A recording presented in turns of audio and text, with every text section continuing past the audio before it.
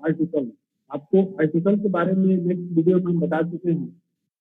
Article को determiner नहीं रखा गया, इसलिए रखा गया क्योंकि आर्टिकल में ए एंड द जो है वो भी किसी न किसी नाउन को फिक्स करता है और उसकी क्वांटिटी को बतलाता है, उसकी मात्रा को बतलाता है। आज हम लोग उसी आर्टिकल के बारे में डिटेल्स जानिए, और यह आर्टिकल आपके लिए मोस्ट इम्पोर्टेंट है क्योंकि बहुत सारे क्वेश्चन जो हैं वह आपको ओमिशन, जो आप एग्जाम दीजिएगा उसमें ओमिशन आता है, ओमिशन तो कहाँ कहाँ वर्ड छूटा और कहाँ कहाँ गलत है, इसको एरर भी कहा जाता है। इसमें आपका डिटरमाइनर सबसे मोस्ट रोल प्ले करता है। इसलिए आज डिटरमाइनर का एक अगला चैप्टर जो है आर्टिकल, आज हम लोग स्टार्ट करते हैं। चलिए देखिए,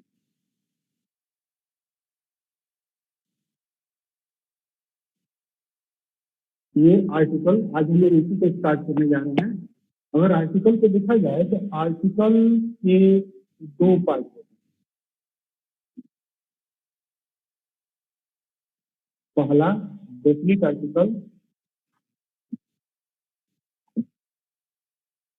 और दूसरा indefinite article.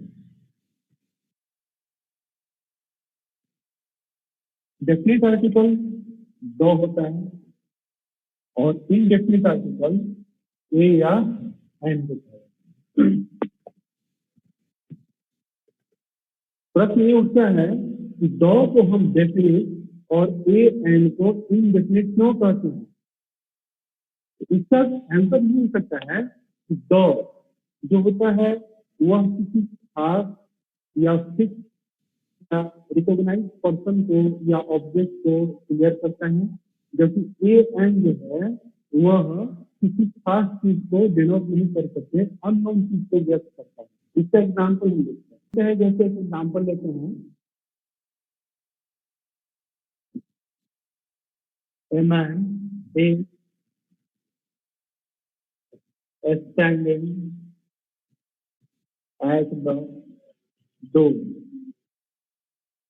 The man is, पहले इसको देख लेते हैं। इसमें अगर मान लीजिए कि आपके द्वार पे या आपके गेट पर कोई पर्सन आ गया, आप उसको नहीं जानते, तो आप इसको देखने के बाद अंदर अपने पापा के पास जाएंगे और पापा से बोलेंगे, पापा a man is standing at the door. इसका मतलब हो गया कि पापा, एक आदमी या अननोन है, जानता नहीं, लेकिन ये अगर उसी को मान लीजिए कि कोई ऐसे आदमी आते हैं जिसके बारे में आप जानते हैं, के बारे में बोलेंगे, पापा the man is standing at the door, पापा आदमी आया हुआ है, आदमी आया हुआ है, यानी इसके बारे में आप a cow is grazing in the, just for example, a cow is grazing in the field, a cow is grazing in the field मतलब एक गाय या कोई गाय घास पर मैदान में, गाय का हो गया, यह काऊ आपका डिफिनिट है और यह काऊ आपका इनडिफिनिट है, मतलब इसके बारे में आप नहीं जानते हैं, कंफर्म नहीं है।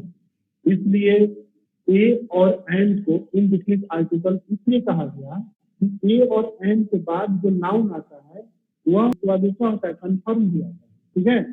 इसमें कहीं इसको हम लोग बी पढ़ते हैं, ठीक है।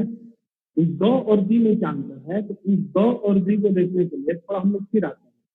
जैसे हम लोग पढ़ते हैं, हम लोग जानते हैं कि इंग्लिश में ये वॉवेल्स कितने होते हैं।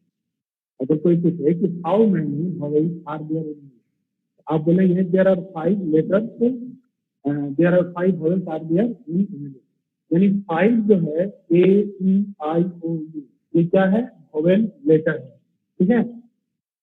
ए ई आई ओ यू, ये वॉवेल अभी आजकल जितने भी मतलब लोग हैं या अधिकतर जो है बुक पुस्तकों में देखा जाता है कि वॉवेल को लेटर कहा जाता है, जैसे ए ई आई ओ यू, ये तो लेटर ही है ना। तो लेटर ये है कि लेटर आपका ए से जेड तक सभी लेटर हो गया, लेकिन जब हाँ, लेकिन जब वॉवेल और कॉन्सोनेंट इन दोनों को जब कैटेगराइज किया जाता है तो अब ये लेटर नहीं हो सकते, साउंड हो जाते हैं। ठीक है, तो अब हम इसको लेटर नहीं करके क्या कहेंगे, साउंड कहेंगे। ये आपका लेटर नहीं हो गया, साउंड हो गया। अब साउंड के आधार पर अगर हम जाते हैं तो वॉवेल की संख्या कितनी होगी, 20 यानी 20 प्रकार के वॉवेल होते हैं according to sound. According to sound there are 3 types of vowel होता है। और जब कॉन्सोनेंट आते हैं तो कॉन्सोनेंट की संख्या साउंड के आधार पर 24 हो जाती है। ठीक है, ये वॉवेल 20 हो गया साउंड के आधार पर, और साउंड के आधार पर कॉन्सोनेंट जाते हैं तो 24 होता है। अब दोनं को मिलाएंगे तो क्या हो जाएगा आपका 44। ठीक है, इस तरह से ए ई आई ओ यू ये क्या है, लेटर नहीं होकर के साउंड है। ठीक है, और जितने भी कॉन्सोनेंट जो बच जा रहे हैं वो भी साउंड है। अब साउंड के अकॉर्डिंग अगर हम आते हैं तो वोवेल की संख्या 20 और कॉन्सोनेंट की संख्या 24, और दोनों को ऐड करेंगे तो क्या हो जाएगा 44 हो जाएगा। ठीक है, हम लोग ये आर्टिकल जो पढ़ते हैं ये टोटली डिपेंड है किस पर, केवल साउंड पे। जैसे यहाँ पर ए और एन का जो प्रयोग होता है इसमें आता है, तो ये क्या होता है, साउंड के आधार पर इसका क्लियरेंस होते जाता है। कहीं हम ए पुटअप करते हैं, कहीं एन पुटअप करते हैं, इस पर केवल साउंड पे। जैसे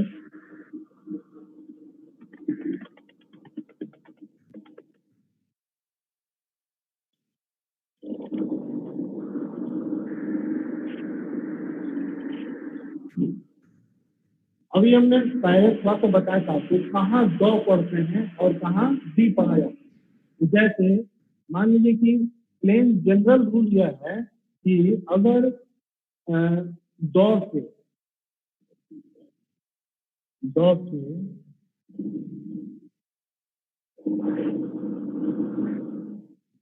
बाद कोई वर्ड वोवेल साउंड से स्टार्ट हो तब उसे डी करते हैं। जैसे डी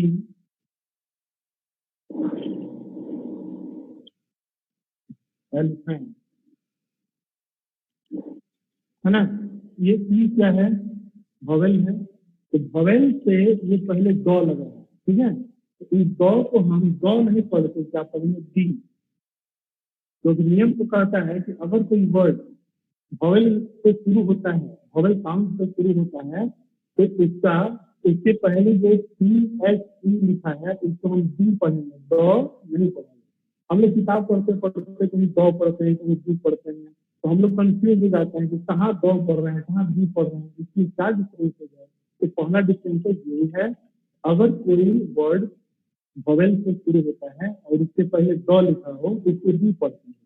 दूसरा ऐसा है कि अगर कोई वर्ड कॉन्सोनेंट से शुरू हो, मान लीजिए कि यहाँ पर जो कोई कॉन्सोनेंट से शुरू होता है, जैसे डॉग, डी क्या है, कॉन्सोनेंट है, तो इसके पहले अगर दो लिखा है तो इसे क्या पढ़ेंगे, डॉग, इसको डी नहीं पढ़ेंगे। लेकिन यह तो प्लेन नियम हो गया। लेकिन अगर मान लीजिए कि कोई ऐसा वर्ड हो, है ना, तो ऐसा सेंटेंस है, कोई ऐसा वर्ड होता है जिस वर्ड पर हम या जिस नाउन पर हम खास रूप से प्रेशराइज करते हैं, बोल देते हैं या बोल देने की आवश्यकता पड़ती है, तब वह वर्ड चाहे वो कॉन्सोनेंट लेटर से शुरू हो या वोवेल से शुरू हो, ठीक है, तो इसके पहले हम दो लिखेंगे तो उसको डी ही पढ़ेंगे। जैसे इसका भी एक एग्जाम्पल ले लेते हैं आपको,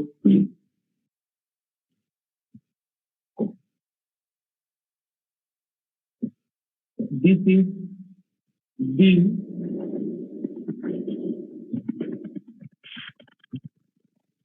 पेन who lost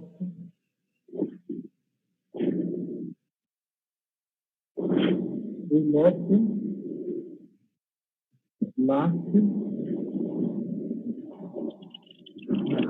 ठीक है। एक एग्जाम्पल हमने दिया, this is the pen, this is the pen, यह वही पेन है, यानी पेन पर हमने क्या किया, प्रेशर दिया।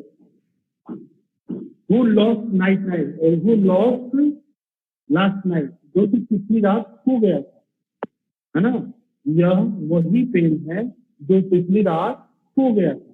यानी पेन पर हमने क्या किया, प्रेशर दिया, यह वही पेन है जो पिछली रात खो गया।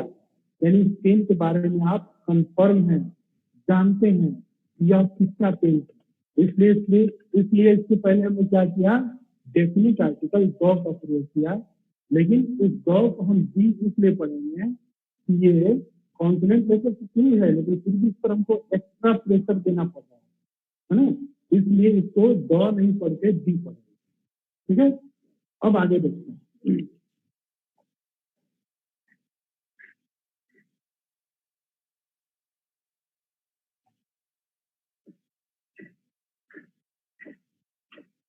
अब इतना होने के बाद अब हम लोग देखेंगे ए एंड का यू। इसका जनरल सा रूल होता है, साधारण सा रूल होता है कि अगर मान लीजिए कोई वर्ड वोवेल साउंड से शुरू होता है तो उसके पहले एंड का प्रयोग करते हैं, जैसे and and and Apple and orange, इस तरह से है। ये सामान्य से नियम है, जनरल रूल है। जैसे एंड, ये क्या है, वोवेल है, एंड ये क्या है, ये भी वोवेल है, और एंड वो क्या है, ये भी वोवेल। दूसरा नियम आते हैं, कहता है कि अगर कोई वर्ड कॉन्सोनेंट साउंड से शुरू होता है तो इसके पहले ए का प्रयोग करते हैं, जैसे ए बैग, ए काउ, क्या है, कॉन्सोनेंट है। सी क्या है, ये भी कॉन्सोनेंट है, और ये बी क्या है, ये भी कॉन्सोनेंट। ये तीनों आपका कॉन्सोनेंट है, इसलिए इसके पहले हमने क्या किया, ए का प्रयोग किया, और यहाँ पर ये जो है वोवेल की शुरू हो रहा है इसके पहले एन लगा। ये दो नियम आपका सामान्य है। लेकिन अगर तीसरे नियम पर आते हैं तो हम लोग जानते हैं कि हर एक जगह क्या होता है, एक्सेप्शन भरा हुआ रहता है। अब यहाँ पे एक्सेप्शन यानी कि अपवाद शुरू होते हैं। एक नियम यह होता है, जैसे मान लीजिए यहाँ पर मैं एंड ऑनरेबल पर्सन, ये तीन हम एग्जाम्पल लेते हैं। ये देखिए यहाँ पर हम तीनों में एन लगाए, जबकि ये एस से शुरू हो रहा है। एस क्या है, कॉन्सोनेंट है। अगर कोई वर्ड आपको कॉन्सोनेंट से शुरू होता है, कॉन्सोनेंट हम बताए थे कि पूरा आर्टिकल जहाँ ए एन का प्रयोग होता है वह केवल साउंड पर डिपेंड करता है, आपके मुंह से साउंड कैसा निकल रहा है। अगर इस वर्ड को हम पढ़ते हैं, यहाँ पर एस क्या है, साइलेंट, एस साइलेंट हो जाता है। इस पर हम पढ़ते हैं आवर, आवर को नहीं पढ़ते हैं, कुछ विद्यार्थी आवर पढ़ लेते हैं, S O U R, our, है ना, तो ये गलत है। एस का उच्चारण और से नहीं होता, और से होता है, आवर, आवर, यानी कौन सा इसका साउंड जो है उच्चारण कर रहे हैं, इसका प्रोनाउंसिएशन कर रहे हैं, आवर। इसका पहला जो हमारे मुंह से शब्द निकल रहा होता है, निकल रहा और क्या है, वो आपको वोवेल, इस साउंड के आधार पर यहाँ पर शुरू है। क्यों, क्योंकि यहाँ पर एच साइलेंट है, एच का उच्चारण तो हो नहीं जाएगा। दूसरा आते हैं एंड ऑनेस्ट मैन, ऑनेस्ट, यहाँ पर भी एच साइलेंट हो गया, इसको हम पढ़ते हैं कैसे, ऑनेस्ट। यहाँ पर भी एच का उच्चारण नहीं हो रहा है, और उच्चारण हो रहा है ऑनेस्ट, इसलिए यहाँ भी एन लगा। तीसरा में आता है एन ऑनरेबल मैन, यहाँ भी एस साइलेंट हो गया, इसको ऑनरेबल ओ से शुरू हो रहा है ऑनरेबल, इसलिए एन लगा। लेकिन अब ये तो एक्सेप्शन हो गया। अब कहता है कि यदि मान लीजिए कि एस का उच्चारण हौ से शुरू हो गया तो कोई टेंशन नहीं है। अगर एस का उच्चारण हौ से शुरू हो जाता है तो इसके पहले हम ए लगा, जैसे यहाँ पर लिखते हैं ए हाउस, ए होम, ठीक है। इसको हाउस पढ़ते हैं, S O U S house, house पढ़ रहे हैं तो यहाँ पर एस का उच्चारण हाउस, हौ हमारे मुंह से हौ निकल रहा है, इसलिए इसके पहले ए लग जाएगा, ठीक है। होम, होम, होम कहते हैं तो हौ मेरे मुंह से निकलता है, इसलिए इसके पहले भी ए लग जाएगा, ठीक है। लेकिन कहीं कहीं ये लगता है, कहीं कहीं नहीं भी लगता है, वो बाद में जब हम ओमिशन ऑफ आर्टिकल पढ़ेंगे तो ये क्लियर हो। तो यहाँ पर हम देख रहे हैं दोनों में, जब एच का उच्चारण हौ से शुरू हो रहा है तो इसके पहले जो है ए का उच्चारण हो जाएगा, और जब एच का उच्चारण नहीं होगा, किसी वॉवेल लेटर से शुरू होगा तो इसके पहले एन लग जाएगा। क्लियर हो गया। अब आगे देखते हैं।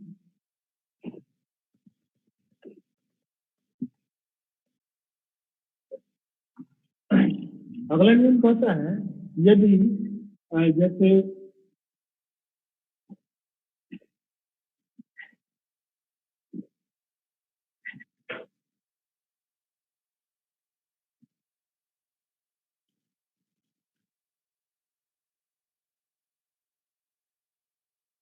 ए 1 रुपी नोट, ए 1 आइड मैन, है ना, इस तरह से ए 1 भी हो जाएगा। इस तरह से हम देखते हैं कि ए तीनों में लगा, जबकि ये पहला लेटर क्या है, ओ है। हम आपको स्टार्ट करने से पहले बताएं थे कि आर्टिकल में ए और एन का जो प्लेसमेंट होता है वह केवल साउंड पे डिपेंड करता है कि आपके लिए साउंड क्या निकल रहा है। इसको अगर हम पढ़ते हैं तो इसको ओ एन ए, इसको पढ़ते हैं वन, ठीक है। इसको वन पढ़ा जाता है, यानी ओ का उच्चारण ओ से नहीं होकर व से शुरू होता है, वन। तो नियम कहता है कि अगर ओ का उच्चारण ओ से नहीं हो करके व से शुरू हो, आपका इस तरह से व से शुरू होता है, तो इसके आने वाला जो पहला लेटर क्या होगा, ए होगा, ठीक है। फिर समझते लीजिएगा, फिर से हम रिवाइंड करते हैं।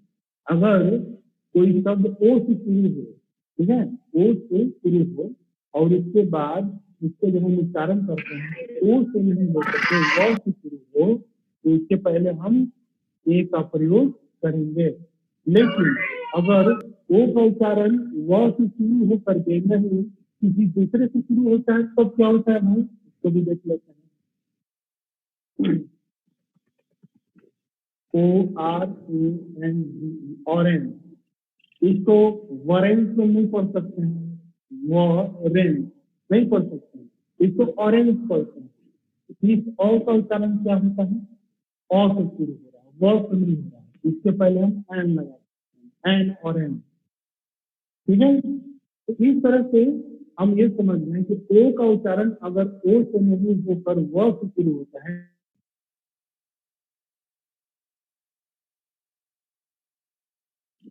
कुछ ऐसे एब्रिविएशन होते हैं जिसको हम फुल फॉर्म में कहते हैं, जो दिखने में काफी कंफ्यूज करते हैं, लेकिन उसको केवल साउंड पर पकड़ना है। एब्रिविएशन जैसे फुल फॉर्म हो गया, जैसे M A, D M, C M, S T, इस तरह से फुल फॉर्म होता है, ठीक है। इसको अगर हम पढ़ते हैं एम, अगर एम है इसको हम पढ़ते कैसे, एम, इसको पढ़ने के लिए पहले हम ए मुंह से निकालते हैं तो मो कहते हैं, खाली इसको मो तो नहीं कहेंगे, एम मो, मो नहीं कर सकते, कभी भी इसको एम पढ़ेंगे तो पहला अक्षर तो ये आएगा। ये क्या है कि आपको वॉवेल लेटर से साउंड देगा, आपका मुंह से वॉवेल साउंड निकल रहा है, इसलिए इसके पहले हम एंड लिखेंगे, ठीक है। लेकिन ये डी, ये डी क्या हो गया आपका, इस तरह से लिखा जाता है डी, डी डी डी। इसके पहले ए आई ओ यू कोई भी आपका साउंड नहीं निकल रहा है, इसलिए इसके पहले ए लग जाएगा। ये है पी,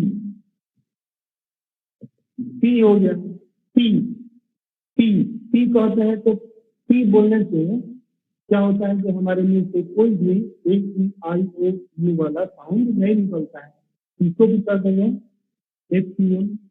लेकिन यहाँ पर एफ, एफ पहले ए पढ़ेंगे फिर सौ पढ़ेंगे। एफ, एफ हो गया तो पहले ए साउंड आ रहा है एफ पढ़ने के लिए, यहाँ पर एन एस टी। इस तरह से जितने भी एब्रिविएशन जो फुल फॉर्म होते हैं उनके पहले अगर इस तरह से कोई अगर साउंड आता है, इसके पहले कॉन्सोनेंट आकर वॉवेल साउंड निकलता है, इस तरह से तो हम क्लासिफाई कर सकते हैं, क्लियर कर सकते हैं।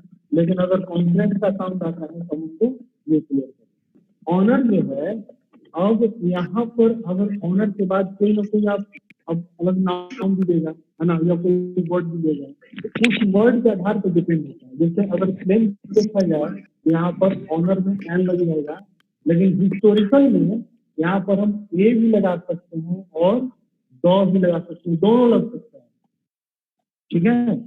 ए हिस्टोरिकल प्लेस, डॉ हिस्टोरिकल। एन नहीं लगा सकते हैं, फिर इसमें एच आ रहा है ना, हिस्टोरिकल, इसको कैसे पढ़ते हैं? निर्भय ही आ रहा है, ही आ रहा है ना, तो यहाँ पर एस को उच्चारण बहुत से कह रहे हैं, बहुत से करते हैं। तो हम बताए थे कि स्पेलिंग को मत देंगे, साउंड पर जाता है। ए एन का प्रयोग टोटली साउंड पर डिपेंड करता है। तो यहाँ पर साउंड अगर पढ़ते हैं तो आप जो वर्ड हमको बताएं, ऑनर, एस का उच्चारण तो हो नहीं रहा है, ये साइलेंट हो गया। जब ये साइलेंट हो गया, ओस हो रहा, तब तो एन लग जाएगा। हिस्टोरिकल में हम बताए थे ये हॉस शुरू हो रहा है तो नियमता ए लगेगा, लेकिन कहीं कहीं डॉग लग जाएगा, ठीक है। ए लगेगा तो मान लीजिए कि आप किसी हिस्टोरिकल प्लान आप उसके बारे में नहीं जानते हैं, तब उसके पहले ए लगा सकते हैं। लेकिन अगर जानते हैं, मान लीजिए आप गाइड, सपोज आप गाइड हैं और दूसरे को बताने जा रहे हैं, आप वहाँ पर डॉग का प्रयोग कीजिएगा, क्योंकि आप उसके बारे में जानते हैं। इसको क्लियर करने के लिए जब हम इसका एक्सरसाइज बनाएंगे, है ना, जिसको मान लीजिए एक पैराग्राफ हमको दे दिएगा, तो ओमिशन ऑफ आर्टिकल में क्या होता है, आपको हम एक पैराग्राफ देते हैं, है ना, इसमें जगह जगह ए एंड वर्ब का प्रयोग करना है, कहीं नहीं भी करना है, उस समय ये दोनों आपका क्लियर हो जाएगा, ठीक है। जी जी। और कोई क्वेश्चन है तो पूछ सकते हैं, एनी क्वेश्चन?